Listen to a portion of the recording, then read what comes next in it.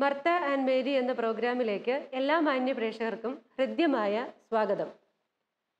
മോൺസഞ്ഞൂർ CJ വർക്കിയച്ചനാൽ സ്ഥാപിതമായ MSMI സഭയിലെ Kristujyoti പ്രൊവിൻസിലെ vice പ്രൊവിൻഷ്യലും സാമൂഹ്യ ആരോഗ്യ രംഗത്ത് തൻ്റെതായ വ്യക്തിമുദ്ര പതിപ്പിച്ച സിസ്റ്റർ ഇന്നസെൻ്റ് ആണ് ഇന്ന് നമ്മോടൊപ്പം ഉള്ളത്.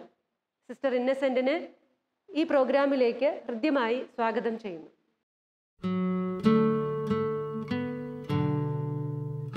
പ്രകൃതിയിൽ നിന്നും പാഠം ഉൾക്കൊണ്ട് പുതിയ ജീവിതശൈലിക്കും ആരോഗ്യ സംസ്കാരത്തിനും തുടക്കം കുറിക്കുവാൻ പ്രചോദനമായ സിസ്റ്റർ ഇന്നസെന്റ് തൻ്റെ നിരീക്ഷണങ്ങളുടെയും ഗവേഷണത്തിൻ്റെയും ഫലമായി സമൂഹത്തിൽ വന്ന മാറ്റങ്ങളെക്കുറിച്ച് പങ്കുവയ്ക്കുന്നത് ഇങ്ങനെയാണ്. ശിശു പരിപാലന അമ്മമാർ നടത്തുന്നത്. ഞാൻ അതിനെപ്പറ്റി പഠനം നടത്തി. ഒരമ്മ പറഞ്ഞു, ഇങ്ങനെ ക്ലാസ് എടുത്തപ്പോൾ ഒരമ്മ എനിക്ക് പറഞ്ഞു തന്നെ, ഇതൊന്നും സിസ്റ്റർ പറയുന്ന പോലെ ഒന്നും അല്ലാതെ ഞാൻ പിള്ളേരെ വളർത്തി, 8 മക്കളെ വളർത്തി. ഞാൻ ചോദിച്ചു, എങ്ങനെയാണ് അമ്മ വളർത്തിയെന്ന്. എങ്ങനെയാണ് വളർത്തിയത്? തമ്പുരാൻ പറഞ്ഞ പോലെ വളർത്തി. ശരി, അത് നല്ലൊരു ഉത്തരമാണ്. അപ്പം ഞാൻ ചോദിച്ചു, എന്താ മരുന്ന് കൊടുത്ത്? സ്വന്തം മരുന്ന്. സ്വന്തം മരുന്നൊക്കെ എനിക്ക് ഒരു മരുന്ന് അറിയാം. അത് ഞാൻ വയറിളക്കം വന്നാലും ഛർദി വന്നാലും പനി വന്നാലും എല്ലാം അതേ ഞാൻ കൊടുക്കുള്ളൂ. അത് വരാൻ നിൽക്കുമെന്നില്ല, അതിന് മുമ്പേ ഞാൻ കൊടുത്തു വെക്കും എന്ന് പറഞ്ഞു. അപ്പം ഞാൻ ചോദിച്ചു, എന്ത് മരുന്നാണ് കൊടുക്കുന്നത്? അന്നേരം പറഞ്ഞു, കച്ചോലും ഇഞ്ചി ചെറുനാരങ്ങ നീര് ഇത് തനി രസം ഇടിച്ചു പിഴിഞ്ഞെടുക്കുമെന്ന് പറഞ്ഞു. ഇതെടുത്തിട്ട് അത്രയും തേൻ ചേർക്കും, കുറച്ച് വെളുത്തുള്ളിയും കൂടെ അരച്ച് ചേർക്കും. ഇതിനകത്ത് വെച്ചിട്ട് അടുപ്പിൻ്റെ മുകളിൽ കോത്തക്കുപ്പിയിൽ, പ്ലാസ്റ്റിക് കോത്തക്കുപ്പി ഇങ്ങനെ കെട്ടി തൂക്കിയിട്ടേക്കും. അതൊരു കുപ്പി തീരുമ്പോഴത്തേക്കും അടുത്ത കുപ്പി എടുക്കത്തക്ക പോലെ ഞാനത് ശരിയാക്കി വെക്കും. ആ മരുന്ന് മതി, ഒന്നും വരികയില്ല. ഇനി വന്നാൽ ഒരു 3 നേരം കൊടുക്കും, അല്ലെങ്കിൽ ഒരു 7 ദിവസം ഇച്ചിരിച്ചേ കൊടുക്കും, പിന്നെ കുറച്ച് ദിവസം കൊടുക്കുകയില്ല. അങ്ങനെ വലിയ വരവൊന്നും വന്നില്ല എന്ന് പറഞ്ഞു. അപ്പോൾ ഞാൻ ചോദിച്ചു, അപ്പോൾ എനിക്ക് അതിൻ്റെ സയൻറ്റിഫിക് വശം ഞാൻ നോക്കി.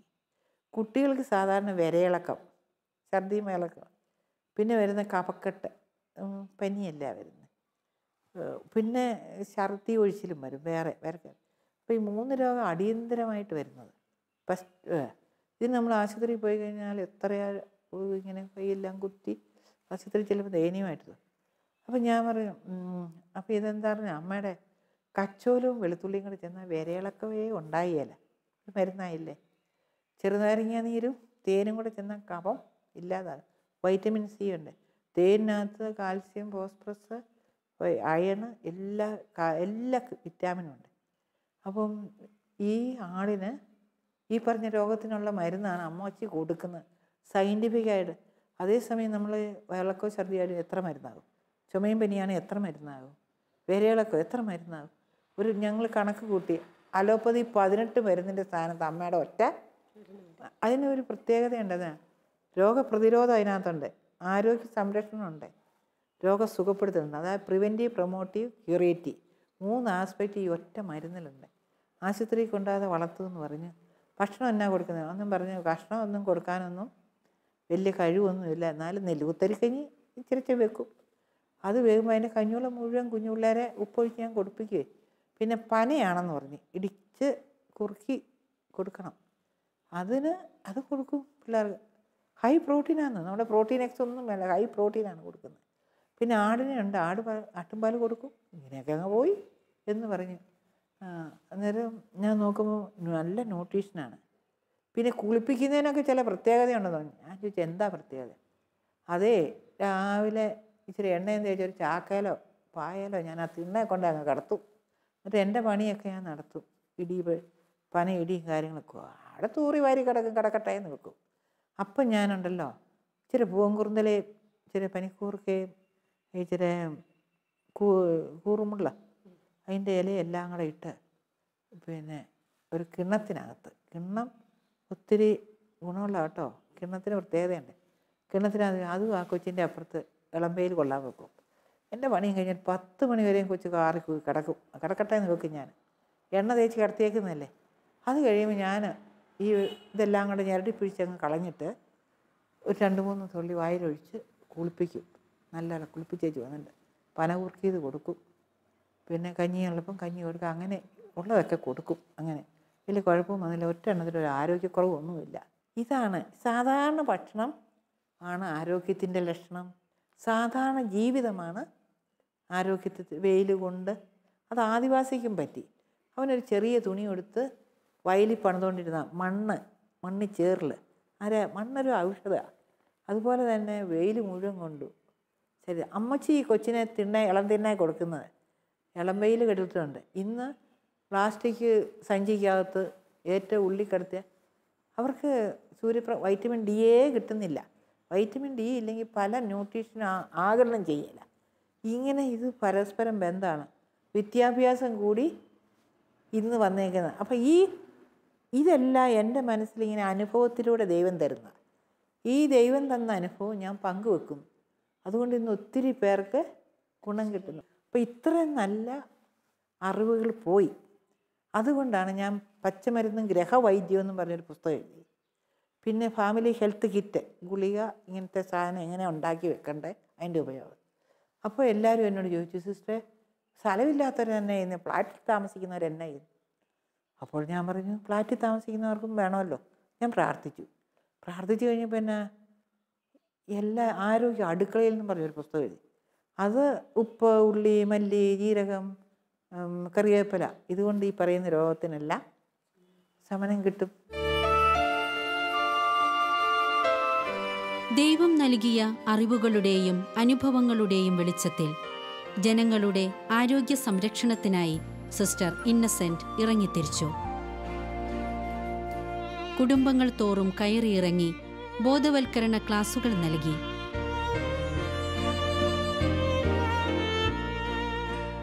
കുടുംബ കൂട്ടായ്മകൾ വഴി ആരോഗ്യ സംരക്ഷണ വഴികൾ പ്രചരിപ്പിക്കുവാൻ സിസ്റ്ററിന് കഴിഞ്ഞു.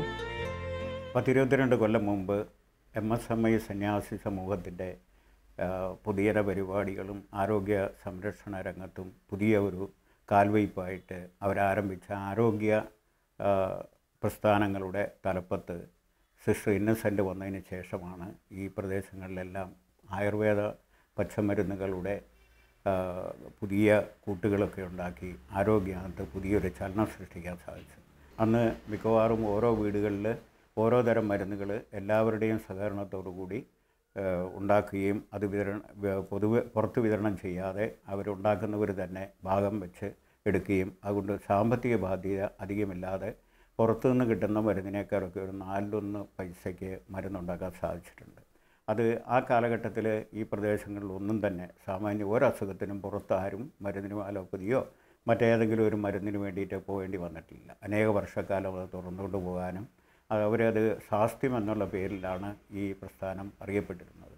കേരളത്തിലും തമിഴ്നാട്ടിലും കർണാടകയിലുമായ അനേക ശാസ്ത്രീയ യൂണിറ്റുകൾ ഉണ്ടാക്കുകയും അത് പ്രാബല്യത്തിൽ വരികയും ഇവിടെ നിന്ന് കുറേയധികം റിസോഴ്സ് പേഴ്സണെ സിസ്റ്റർ ട്രെയിൻ ചെയ്യിച്ച് ഈ എല്ലാ മേഖലകളിലും അവർ പോയി ക്ലാസ് എടുക്കുകയും അതുവഴി ഇതൊരു വലിയ പ്രസ്ഥാനമായി വളരുകയും ചെയ്തു. സാധാരണ രോഗശമനത്തിന് പ്രകൃതി വിഭവങ്ങൾ ഉപയോഗിക്കുവാൻ അവരെ പഠിപ്പിച്ചു. ഗുളികകളും എണ്ണയും തൈലവും തുടങ്ങി ഒട്ടനേകം മരുന്നുകൾ കുടുംബങ്ങളിൽ സ്വന്തമായി ഉണ്ടാക്കി കുടുംബങ്ങളെ ആരോഗ്യ സംരക്ഷണ വേദികളാക്കി. ഏതാണ്ട് 22 വർഷങ്ങൾക്ക് മുമ്പാണ് സിസ്റ്റർ ഇന്നസെൻ്റ് ഞങ്ങളുടെ നാട്ടിൽ വരികയും MSMI സിസ്റ്റേഴ്സിൻ്റെ നേതൃത്വത്തിൽ ഉള്ള സ്വാസ്ഥ്യ എന്ന ഒരു സംഘടനയുടെ പേരിൽ കുറേ കുടുംബങ്ങളെ കൂട്ടി യോജിപ്പിച്ചുകൊണ്ട് ഒത്തൊരുമിച്ച് ചേർന്ന് മരുന്നുകൾ ഉണ്ടാക്കുവാനുള്ള ഒരു ചെറിയ പരിപാടി ഞങ്ങളിലൂടെ തുടങ്ങുകയും ചെയ്തു. സിസ്റ്ററാണ് അതിന് എല്ലാവിധത്തിലുള്ള പ്രോത്സാഹനവും നേതൃത്വവും ഞങ്ങൾക്ക് നൽകിയത്. അന്ന് ഞങ്ങൾ ഉണ്ടാക്കിയ മരുന്നുകളിൽ ഏറ്റവും പ്രധാനപ്പെട്ടത് ഒരഗുളിക, അതുപോലെ തന്നെ മുറിവെണ്ണ, താലീസപത്രം, വിൽവാതി ഗുളിക, പിന്നെ ചില ലേഹ്യങ്ങൾ, ചാനപ്രകാശം, അജമാംസ രസായനം, വിഷ്ണുതൈലം, അങ്ങനെ ഒരുപാട് മരുന്നുകൾ ഞങ്ങൾ ഉണ്ടാക്കി. ഈ മരുന്നുകളൊക്കെ ഉപയോഗിച്ചാൽ വളരെ പെട്ടെന്ന് തന്നെ പാർശ്വഫലങ്ങളില്ലാതെ വളരെ പെട്ടെന്ന് തന്നെ നമുക്ക് രോഗശമനം കിട്ടുന്നതായിട്ട് കാണാം. ഇത് മനുഷ്യർക്ക് മാത്രമല്ല മൃഗങ്ങൾക്കും ഇത് വളരെ പ്രയോജനപ്രദങ്ങളാണ്. പിന്നീട് സിസ്റ്ററിൻ്റെ ഈ ബോധവൽക്കരണ ക്ലാസ്സുകൾ കൊണ്ട് ഞങ്ങൾ പല ചെടികളും ഔഷധങ്ങളാണെന്ന് ഞങ്ങൾ തിരിച്ചറിയും. പല വീട്ടിലും ഔഷധത്തോട്ടങ്ങൾ ചെറിയ രീതിയിൽ തുടങ്ങുകയും ഇന്നും ഞങ്ങളത് സംരക്ഷിച്ച് വരികയും ചെയ്യുന്നു. ആധുനിക വൈദ്യശാസ്ത്രം പല രോഗങ്ങൾക്കും മുൻപിൽ പകച്ചു നിൽക്കുമ്പോൾ പച്ചമരുന്നിൻ്റെ അത്ഭുത ശക്തി നാട്ടുവൈദ്യത്തിലെ സ്നേഹദൂതായി. നാട്ടറിവിൻ്റെ ബലത്തിൽ ശാസ്ത്രീയ മാർഗങ്ങൾ സ്വീകരിച്ച് സമൂഹത്തിൽ ആരോഗ്യരംഗത്ത് പുതിയൊരു സംസ്കാരത്തിന് തുടക്കം കുറിച്ചു. ഓരോ കുടുംബത്തിലും ഔഷധ സസ്യങ്ങൾ വളർത്തുവാനും സംരക്ഷിക്കുവാനും വേണ്ട പ്രചോദനമേകി.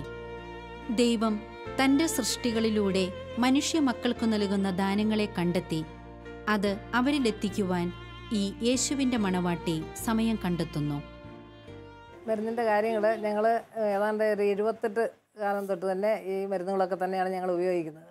കാരണം എന്താണെന്ന് വെച്ച് കഴിഞ്ഞാൽ പിന്നെ സിസ്റ്റർ ഇന്നസെൻറ്റും MCH എന്നൊരു സംഘടന ഇവിടെ പ്രവർത്തിച്ചുകൊണ്ടിരുന്നു. അപ്പം സിസ്റ്ററും മറ്റുള്ള സിസ്റ്റേഴ്സും കൂടി ഞങ്ങളെ ഇത് പഠിപ്പിച്ച് അന്ന് മുതൽ ഞങ്ങൾ അത്യാവശ്യം പിന്നെ വരുന്ന രോഗങ്ങൾക്ക് വീട്ടിൽ തന്നെ ചികിത്സ ചെയ്യാമെന്നുള്ളൊരു ഇതിൽ അത്യാവശ്യം പച്ചമരുന്നുകൾ വീട്ടിൽ തന്നെ ഉണ്ടാക്കുകയും അങ്ങനെയൊക്കെ ഞങ്ങൾ ചെയ്തുകൊണ്ടിരിക്കുന്നത്.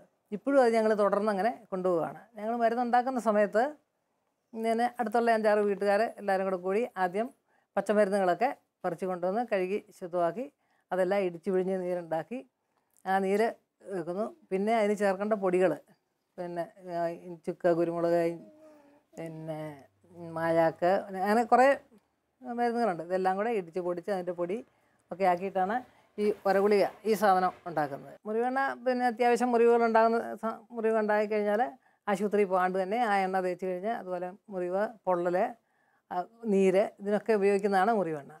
അത് ഈ പറഞ്ഞ പോലെ പച്ചമരുന്നുകളൊക്കെ കൊണ്ടുവന്ന് ഇടിച്ച് പിഴിഞ്ഞ് അത് അതിനെ എണ്ണ യോജിപ്പിച്ച് പിന്നെ ആദ്യത്തെ ദിവസം അടുപ്പിൽ വെച്ചത് പകുതി പറ്റിച്ച് പിന്നെ 2 ദിവസം കൊണ്ടൊക്കെയാണ് അത് ഉണ്ടാക്കി എടുക്കുന്നത്. അങ്ങനെയൊക്കെ എടുത്ത് അത് ഇങ്ങനെ ഉപയോഗിച്ചുകൊണ്ടിരിക്കുന്നു.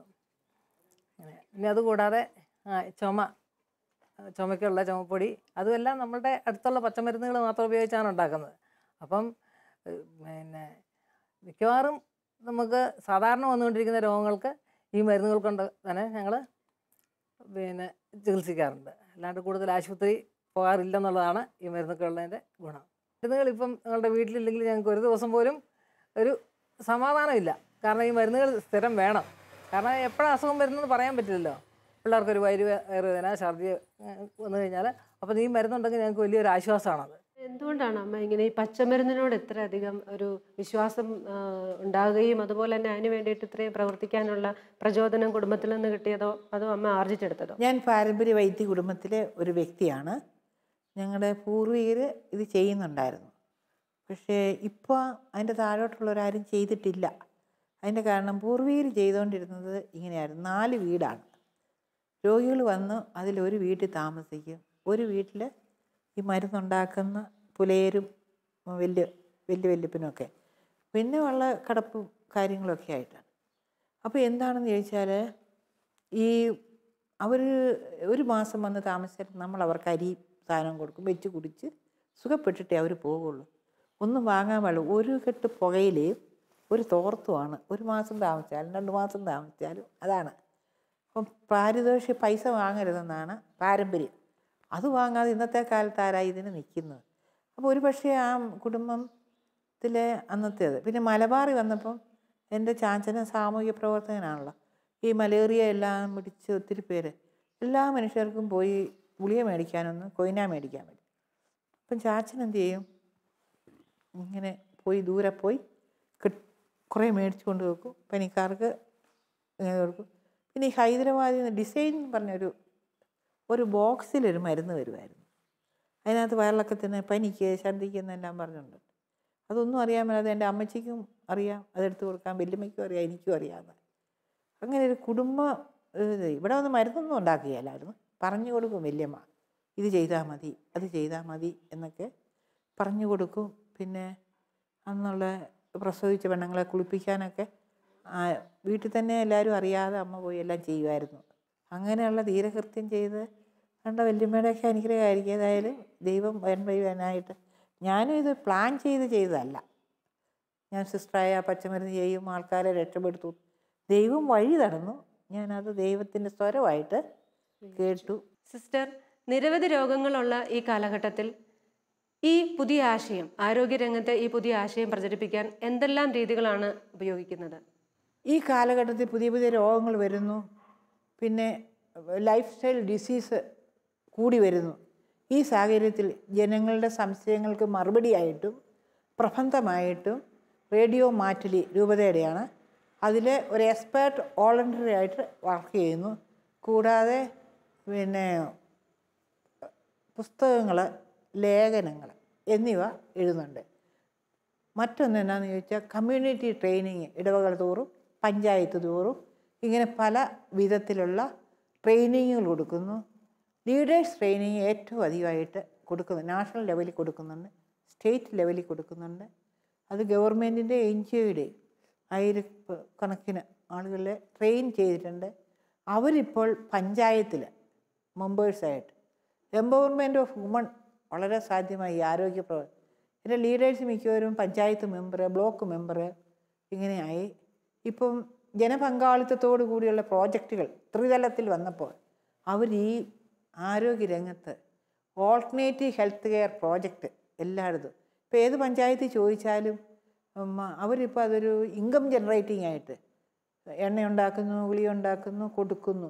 അങ്ങനെ കുടുംബങ്ങൾ പങ്കുവെക്കുന്നു, പഞ്ചായത്തിൽ പങ്കുവെക്കുന്നു, ഇടവകയിൽ പങ്കുവെക്കുന്നു. ഇങ്ങനെ വിവിധ തരത്തിൽ നാഷണൽ ലെവലിൽ CHA വഴി ഇത് പ്രചരിപ്പിക്കുന്നു. അപ്പോൾ നാഷണൽ ലെവലിൽ ഹെൽത്ത് വർക്കേഴ്സിനുള്ള ട്രെയിനിങ് തുടർച്ചയായിട്ട് എല്ലാ വർഷവും കുറേ കാലത്തേക്ക് കൊടുത്തിരുന്നു. പിന്നെ എക്സിബിഷൻസ്, നാഷണൽ എക്സിബിഷൻസ് പല പ്രാവശ്യം കണ്ടക്ട് ചെയ്തു, സ്റ്റേറ്റ് ലെവൽ കണ്ടക്ട് ചെയ്തു, പിന്നെ പഞ്ചായത്ത് ലെവലിലും ധാരാളം എക്സിബിഷൻസ് കണ്ടക്ട് ചെയ്തു. മറ്റൊന്ന് model herbal gardens, home herbal ഗാർഡൻസും പറഞ്ഞ് കുറച്ച് അത്യാവശ്യ മരുന്നുകളുടെ ഒരെണ്ണമുണ്ട്. പിന്നെ ഒരു സെൻട്രൽ ഹെർബൽ ഗാർഡൻ ഉണ്ടായിരുന്നു ബോയ്സ് ടൗണിൽ. ഞങ്ങൾ റെയർ മെഡിസിൻസ് കളക്ട് ചെയ്ത് കൊണ്ടുവന്ന്, അതായത് എക്സിറ്റു ഇൻസിറ്റു എന്ന് പറയും. എക്സിറ്റു എന്ന് പറയുന്നത് ഇല്ലാത്തതും ഔട്ട്സൈഡിലുള്ളത് കളക്ട് ചെയ്തുകൊണ്ട് തോട്ടത്തിൽ പിടിപ്പിക്കും. ഇൻസിറ്റു എന്ന് പറയുന്നത് നമ്മുടെ പരിസരങ്ങളിലുള്ളതെല്ലാം ഔഷധമാണെന്ന് ബോധ്യത്തോടുകൂടി അതിനെ സംരക്ഷിക്കാനുള്ള, കാടാണ് കൊള്ളയാണെന്ന് പറഞ്ഞ് വെട്ടിക്കളയാതെ, അങ്ങനെ ഇൻസിറ്റു എക്സിറ്റു രണ്ട് മെയിൻ പോയിൻ്റ് കവർ ചെയ്യാൻ സാധിച്ചു. ഇന്നിപ്പോൾ ഒരു വലിയ പ്രശ്നമായിരിക്കുന്നത് ബോയ്സ് ടൗണിലെ ഹെർബൽ ഗാർഡൻ നിറയെ ആനയും പോത്തും പന്നിയുമാണ്. അതുകൊണ്ടത് പ്രൊട്ടക്റ്റ് ചെയ്യാൻ നമുക്ക് പറ്റാത്ത അവസ്ഥ. പക്ഷേ ജനങ്ങളുടെ അറിവിനെ അവർ തന്നെ പ്രൊട്ടക്റ്റ് ചെയ്യുന്നുണ്ട്. അങ്ങനെ people's health in people's hand. അതാണ്. സിസ്റ്റർ ഇന്നസെൻ്റ് അമ്മയെക്കുറിച്ച് പറയുമ്പോൾ വളരെ നല്ല പ്രവർത്തനമാണ് ഇന്നസെൻ്റ് അമ്മയുടെ ഭാഗത്തു നിന്നുണ്ടാകുന്നത്.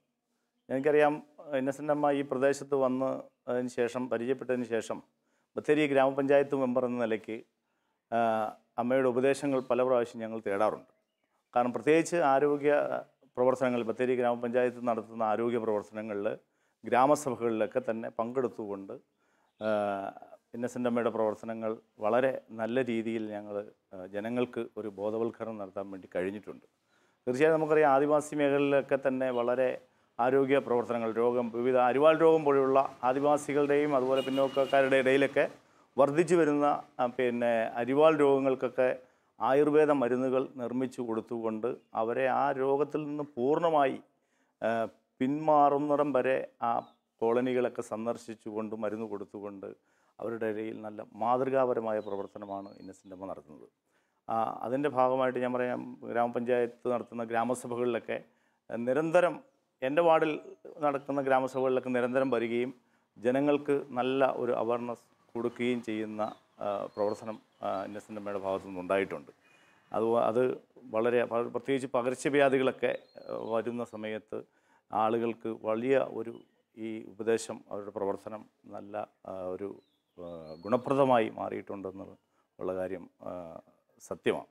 അതുപോലെ എനിക്കറിയാം, മരുന്നിൻ്റെ ഗുണത്തെ സംബന്ധിച്ച് പറയുമ്പോൾ എൻ്റെ ജീവിതത്തിൽ തന്നെ ആ മരുന്ന് കഴിച്ചതിൻ്റെ ഭാഗമായിട്ട് എനിക്ക് തന്നെ ഒരു ഹീലിംഗ് ഉണ്ടായിട്ടുണ്ട്. അപ്പോൾ അതുകൊണ്ട് എന്തുകൊണ്ടും മാതൃകാപരമാണ്. ഇത്രയും പ്രായമായിട്ടും വളരെ സജീവമായി കുന്നുകളും മലകളും ഒക്കെ കയറി ഇറങ്ങി ഇപ്പോഴും തൻ്റെ പ്രായത്തെ വെല്ലുവിളിച്ചുകൊണ്ട് ആരോഗ്യ പ്രശ്നങ്ങളൊക്കെ വകവയ്ക്കാതെ വളരെ സജീവമായി ഇപ്പോഴും ആദിവാസി കോളുകളും അതുപോലെ ദൂര സ്ഥലങ്ങളിലേക്ക്, കേരളത്തിൻ്റെ വിവിധ ഭാഗങ്ങളിലേക്കൊക്കെ ഈ പ്രായത്തിലും ബസ്സിൽ യാത്ര ചെയ്തുകൊണ്ട് ജനങ്ങളുടെ പ്രശ്നങ്ങൾ, ആരോഗ്യ പ്രശ്നങ്ങൾ പഠിക്കുന്നതിനും അവർക്ക് പരിഹാരം കാണുന്നതിനും വേണ്ടി ഇന്നസെൻ്റ് അമ്മ നടത്തുന്ന പ്രവർത്തനം വളരെ മാതൃകാപരമാണ്. ഈ ആരോഗ്യ മേഖലയിൽ അമ്മ ചെയ്യുന്ന പ്രവർത്തനങ്ങൾക്ക് ദേശീയ തലങ്ങളിൽ വരെ പുരസ്കാരങ്ങൾ കിട്ടിയിട്ടുണ്ടല്ലോ, അതിനെക്കുറിച്ച് എന്തെങ്കിലും ഒന്ന് പറയാമോ?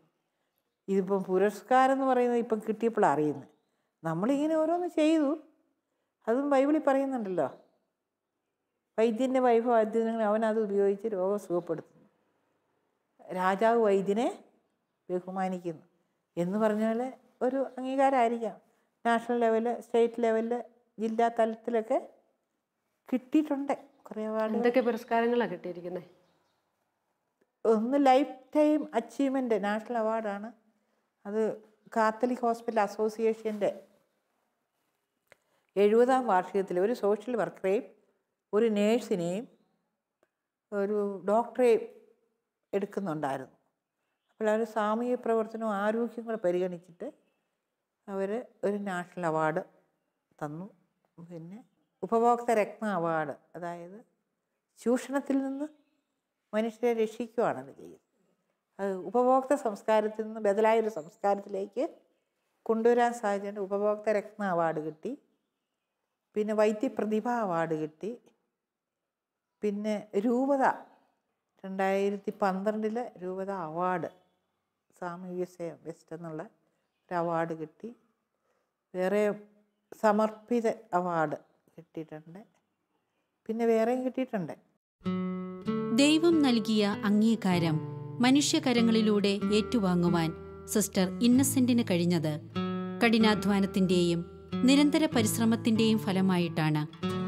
എതിർപ്പുകളെ അതിജീവിച്ച് ലളിതമായ ജീവിതമാർഗം സ്വീകരിച്ച് ആരോഗ്യരംഗത്ത് നടത്തിയ സേവനങ്ങളെ ദൈവം മാനിച്ചുവെന്ന് ഈ അവാർഡുകൾ കാണുമ്പോൾ നാം മനസ്സിലാക്കേണ്ടതാണ്.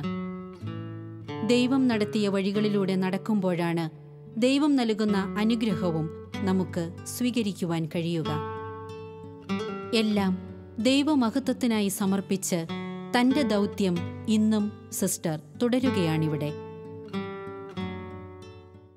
ഫാസ്റ്റ് ഫുഡ് സമ്പ്രദായത്തിൽ ജീവിക്കുന്ന ഇന്നത്തെ ആധുനിക തലമുറയോട് അമ്മയ്ക്ക് എന്താണ് പറയാനുള്ളത്? നമ്മുടെ ഈ ഭാരതത്തിലുള്ളവരോട് പറയാനുള്ളത്, വിദേശികൾക്കത് പറ്റിയല്ല, ഭാരതത്തിലുള്ള നമ്മൾ മനസ്സാകുകയാണെങ്കിൽ ആ പഴയ ജീവിതശൈലി സ്വീകരിക്കാൻ പറ്റും. പിന്നെ എന്താണെന്ന് ചോദിച്ചാൽ ലാൻഡ്ലെസ് പീപ്പിളുടെ പ്രശ്നമുണ്ട്. അവർക്ക് കൾട്ടിവേറ്റ് ചെയ്യാൻ അവർ പോലും ഇപ്പോൾ പല സ്ഥലങ്ങളിലും ടെറസിലും വരാന്തയിലും എവിടെയെങ്കിലുമൊക്കെ ആയിട്ട് ഇലകളും ചെറിയ കൃഷികളും ചെയ്ത് അവരും ഉണ്ട്. അതിനകത്ത് 2 ഗുണമാണ്. ഒന്ന്, അധ്വാനം, ശരീരം അധ്വാനിക്കുന്നു, അത് നമ്മുടെ മേധസ്സിനെയൊക്കെ കുറയ്ക്കാൻ സഹായിക്കും. മറ്റ് മാനസികമായ ഒരു സന്തോഷം, നമ്മൾ ചെയ്ത കൃഷിയിൽ നിന്ന് ഫലമെടുക്കുന്ന മറ്റ് വിഷരഹിതമല്ലാത്ത ഫ്രഷായിട്ട് നമ്മൾ ചെയ്യുന്നു എന്നുള്ളതാണ്. അത് എന്തായാലും ഫാസ്റ്റ് ഫുഡ് ഇപ്പം നമുക്ക് വിപരീത ഫലമാണ് ചെയ്തതെന്ന് ഏകദേശം എല്ലാവർക്കും മനസ്സിലായിട്ടുണ്ട്. അപ്പോൾ അതിൽ നിന്ന് തിരിച്ചു വരണമെങ്കിൽ വീട്ടമ്മമാർ മാക്സിമം തയ്യാറാകണം. എളുപ്പത്തിന് വേണ്ടി കുറേ ഉണ്ടാക്കി ഫ്രിഡ്ജിൽ വെച്ച്, എല്ലാവരും ഇപ്പോൾ മോർച്ചറി എന്നാണല്ലോ പറയുന്നത്, വീട്ടിലെ മോർച്ചറി എന്നല്ലേ, അതിൽ നിന്ന് ഒഴിവാകാനായിട്ട് നമ്മൾ ശ്രദ്ധിക്കണം. അത് അവർ മാത്രം പോരാ, കുട്ടികളെ കൂടെ കൂട്ടണം. പിന്നെ നമ്മൾ മനസ്സിലാക്കണം, നമുക്ക് ശാസ്ത്രത്തിന് പറ്റാത്ത പലതും ദൈവം സൃഷ്ടിച്ച നേച്ചറിനെ കൊണ്ട് സാധ്യമാകും. അതുകൊണ്ട് നേച്ചറിനെ സ്നേഹിക്കുക എന്നുള്ളത് വലിയൊരു കാര്യമാണ്. സ്ഥാപകപിതാവായ മോൺസിഞ്ഞോർ CJ വർഗീസിൻ്റെ താല്പര്യങ്ങൾക്കും ആഗ്രഹങ്ങൾക്കും ഉൾക്കാഴ്ചകൾക്കും അനുസൃതമായി ഇന്നസെൻ്റ് അമ്മയ്ക്ക് ധാരാളം വളരുവാനും പ്രവർത്തിക്കുവാനും ഈ MSMI സന്യാസിനി സമൂഹത്തിൽ സാധിച്ചിട്ടുണ്ട് എന്നുള്ളത് ഏറെ അഭിമാനകരമാണ്. ക്രിസ്ത്യോദിയുടെ ആരംഭത്തിൽ തന്നെ അതിനെ നയിക്കുവാനായിട്ട് നല്ല ദൈവം തിരഞ്ഞെടുത്തത് സിസ്റ്റർ ഇന്നസെൻറ്റിനെയാണ്. ഒത്തിരിയേറെ ബുദ്ധിമുട്ടുകളും ബാലാരിഷ്ടതകളും തരണം ചെയ്തുകൊണ്ട് ഈ പ്രോവിൻസിനെ അതിൻ്റെ ആരംഭത്തിൽ 6 വർഷക്കാലം സിസ്റ്റർ ദൈവപരിപാലനയിൽ ആശ്രയിച്ചുകൊണ്ട് മുന്നോട്ട് നയിച്ചു. ഇന്നസെൻ്റ് അമ്മയെക്കുറിച്ച് ഓർക്കുമ്പോൾ ഒത്തിരിയേറെ കഴിവുകളുള്ള ഒരു വ്യക്തിയാണ്. എന്നാൽ പേര് പോലെ തന്നെ വളരെ ഇന്നസെൻ്റാണ് താനും. അതിൻ്റേതായ ഞാനിതൊക്കെ ചെയ്യുന്നുവെന്നുള്ള ആ വലിയ മഹത്വമോ ഗമയോ അങ്ങനെയുള്ളതൊന്നുമില്ല. വളരെ ലളിതമായ ജീവിത രീതിയും സംസാര രീതിയും പ്രവർത്തന രീതികളും ശൈലികളുമാണുള്ളത്. ആദിവാസികളോടും പാവപ്പെട്ടവരോടും ഇണങ്ങിച്ചേരുവാനുള്ള പുള്ളിയുടെ സ്വഭാവത്തിൻ്റെ പ്രത്യേകത വളരെ പ്രാധാന്യം അർഹിക്കുന്നതാണ്, ശ്രദ്ധേയമാണ്. അരിവാൾ രോഗത്തിന് ഈ ആദിവാസി കുഞ്ഞുങ്ങൾക്ക് ഇടയിൽ ഒത്തിരി പേര് മരിച്ചുകൊണ്ടിരുന്ന കാലഘട്ടത്തിൽ പുള്ളി തന്നെ മരുന്ന് കണ്ടുപിടിച്ച് മരുന്ന് ചെയ്യുകയും അവരെ ശുശ്രൂഷിക്കുകയും രോഗവിമുക്തരാക്കുകയും എല്ലാം ചെയ്തിട്ടുണ്ട്. വിദേശങ്ങളിൽ നിന്ന് പോലും സിസ്റ്ററിന് ഫോൺ കോളുകൾ വരികയും മരുന്നുകൾ അയച്ചു കൊടുക്കുകയും എല്ലാം ചെയ്യുന്നത് ഞാൻ പലപ്പോഴും കണ്ടിട്ടുള്ളതാണ്. ആദായകരമായ വിധത്തിൽ ചുരുങ്ങിയ സ്ഥലത്ത് എപ്രകാരമാണ് കൃഷി ചെയ്യാൻ സാധിക്കുന്നത്, വരുമാനം നമ്മൾ അധ്വാനിച്ച് ജീവിക്കണമെന്നുള്ളതാണ്. അതിന് പുള്ളി ഏറ്റവും നല്ലൊരു മാതൃകയുമാണ്. ഇപ്പോൾ നല്ല ചുറുചുറുക്കോടെ എല്ലാ ജോലികളും ചെയ്യുകയും കൃഷി കാര്യങ്ങളിലെല്ലാം സമയം കണ്ടെത്തി സ്ഥലങ്ങളിൽ കൂടെ എല്ലാം പോവുകയും അതുപോലെ ഞങ്ങളുടെ തന്നെ ഭവനങ്ങളിൽ പോയി കൃഷി കാര്യങ്ങളെക്കുറിച്ച് സിസ്റ്റേഴ്സിനെ ബോധവൽക്കരിക്കുകയും എല്ലാം ചെയ്യാറുണ്ട്. പ്രകൃതിയോട് ചേർന്ന് ജീവിച്ച് സ്വയം കൃഷി ചെയ്യുവാനും തൻ്റെ 71 വയസ്സിലും സിസ്റ്റർ ശ്രദ്ധിക്കുന്നു. താൻ ആയിരിക്കുന്ന ക്രിസ്തുജ്യോതി ഭവനത്തിലുള്ള കൃഷികൾക്ക് നേതൃത്വം കൊടുക്കുന്നത് സിസ്റ്റർ ഇന്നസെന്റ് ആണ്. സന്യാസ സമൂഹത്തോട് ചേർന്ന് കൃഷി പരിപാലനത്തിനും സിസ്റ്റർ മുന്നിട്ടിറങ്ങുന്നു. ജൈവ കൃഷിരീതികൾ വഴി കുറഞ്ഞ സ്ഥലത്ത് കൂടുതൽ ഉൽപാദനം ഉണ്ടാക്കുവാനും സിസ്റ്ററിന് സാധിക്കുന്നു. ഏതൊരാൾക്കും അവർക്കാവശ്യമായ അത്യാവശ്യം പച്ചക്കറികൾ സ്വയം കൃഷി ചെയ്യാമെന്ന് സിസ്റ്റർ തൻ്റെ ജീവിതം വഴിയായി നമ്മെ ഓർമ്മപ്പെടുത്തുകയാണ്. തൻ്റെ ആശയത്തെ ഇളം തലമുറയിലേക്ക് പകരുവാനും ഇതുവഴിയായി സിസ്റ്ററിന് സാധിക്കുന്നു. അമ്മേ, ഒരു സമർപ്പിത സഭ ഇപ്പോൾ സമർപ്പിത വർഷം ആചരിക്കുകയാണല്ലോ. സന്യാസികളായിട്ടുള്ള പുതിയ തലമുറയോട് 72 വർഷക്കാലം ജീവിച്ച് അതിൽ ഇത്രയും വർഷക്കാലം നല്ല സമർപ്പിതയായി സമൂഹത്തിൽ ജീവിച്ച് സാക്ഷ്യം വഹിച്ച അമ്മയ്ക്ക് എന്താണ് പറയാനുള്ളത്? സമർപ്പണ ജീവിതത്തിലേക്ക് വരുമ്പോൾ ഒരു സമർപ്പിത ഒരാളല്ല. ഇന്ന് അണുകുടുംബം ഉണ്ടല്ലോ, 2 മക്കളെ കുറഞ്ഞ്. ഒരു സമർപ്പിതയെ പറഞ്ഞ് എണ്ണപ്പെടാത്ത മക്കളെ പോറ്റണം, എണ്ണപ്പെടാത്ത മാതാപിതാക്കളെ സംരക്ഷിക്കണം. അവരെ ഏത് വിധത്തിൽ സംരക്ഷിക്കണമെന്ന് അതാത് ദേശത്തിൻ്റെയും കാലത്തിൻ്റെയും പ്രത്യേകതകൾ മനസ്സിലാക്കി ഈ ആയിരങ്ങൾക്ക് അമ്മയും 10,000ങ്ങൾക്ക് മകളും അതിലധികം ആളുകൾക്ക് സഹോദരിയുമാകണം. അതുകൊണ്ട് ഒരു ചുരുങ്ങിയ ജീവിതത്തിലേക്കല്ല ഒരു സമർപ്പിത വരുന്നത്, വലിയ വലിയ ഉത്തരവാദിത്തങ്ങൾ. പലരും ഓർക്കുന്ന സിസ്റ്ററിന് എന്നാ സുഖമല്ലേ, തന്നെത്താൻ സ്വന്തം കാര്യം നോക്കി എന്തെങ്കിലുമൊക്കെ പറ്റിയല്ല. സമർപ്പിതയാണെങ്കിൽ അതിൻ്റെ അർത്ഥം സമർപ്പണം ചെയ്തു പോയി മറ്റുള്ളവർക്ക് വേണ്ടി. എനിക്ക് വേണ്ടിയല്ലല്ലോ സമർപ്പണം എന്ന് പറയുന്നത്.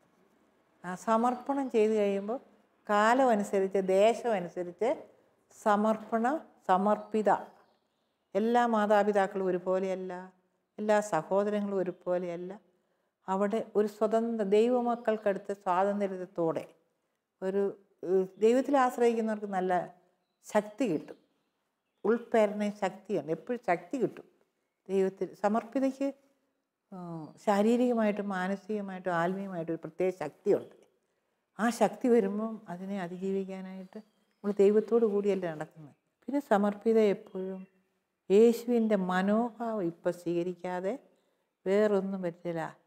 പ്രത്യേകിച്ച് ഇന്ന് മാതാവിൻ്റെ മനോഭാവം എല്ലാ കാര്യങ്ങളും ഹൃദയത്തിൽ സംഗ്രഹിച്ചുകൊണ്ട് ഒച്ചപ്പാടുന്നു. പക്ഷേ എല്ലായിടത്തും ഈശോയ്ക്ക് വേണ്ടി അതിനു വേണ്ടിയിട്ട് എന്തെല്ലാം സഹിച്ചു, ദുഷ്പേരും സഹിച്ചു മാതാവ്.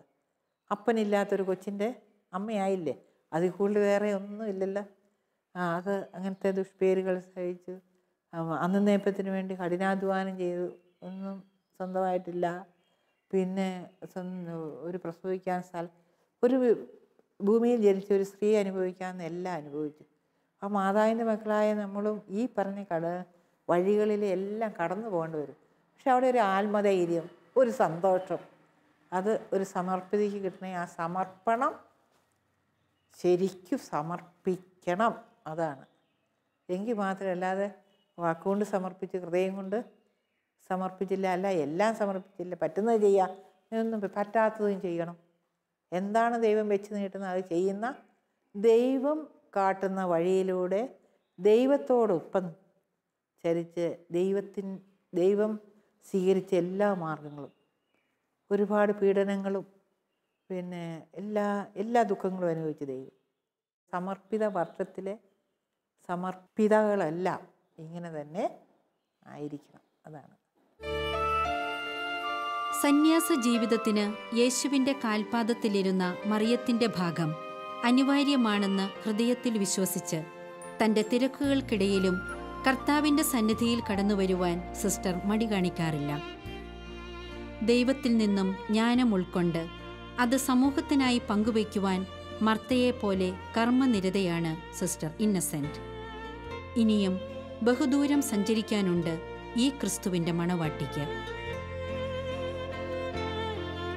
ജീവിതത്തിൻ്റെ കഷ്ടപ്പാടുകളെ ദൈവഹിതത്തോട് ചേർന്ന് സഹിച്ച് സഭയ്ക്കും സമൂഹത്തിനു വേണ്ടി നിരവധി നന്മകൾ ചെയ്ത ഒരു സമർപ്പിതയുടെ ജീവിതകഥയാണ് നാം ഇതുവരെ കണ്ടുകൊണ്ടിരുന്നത്. ഇത്രയേറെ ജീവിതാനുഭവങ്ങൾ ഞങ്ങൾക്കായി പങ്കുവച്ച സിസ്റ്റർക്ക് നന്ദി. മർത്തയെപ്പോലെ കർമ്മനിരതയും മറിയത്തെപ്പോലെ ഈശോയുടെ ജീവിത മനോഭാവവും ഉൾക്കൊണ്ടുകൊണ്ട് ആരോഗ്യരംഗത്ത് പുതിയൊരു സംസ്കാരം കെട്ടിപ്പടുത്ത സിസ്റ്ററിൻ്റെ ജീവിതശൈലി നമുക്കെന്നും പ്രചോദനമാകട്ടെ. ഇത് എല്ലാ സന്യാസിനികളും കുടുംബവും ഒരു മാതൃകയായി സ്വീകരിക്കട്ടെ. ഇതുവഴി സഭയ്ക്ക് ധാരാളം ദൈവവിളികൾ ഉണ്ടാവട്ടെ. നന്ദി.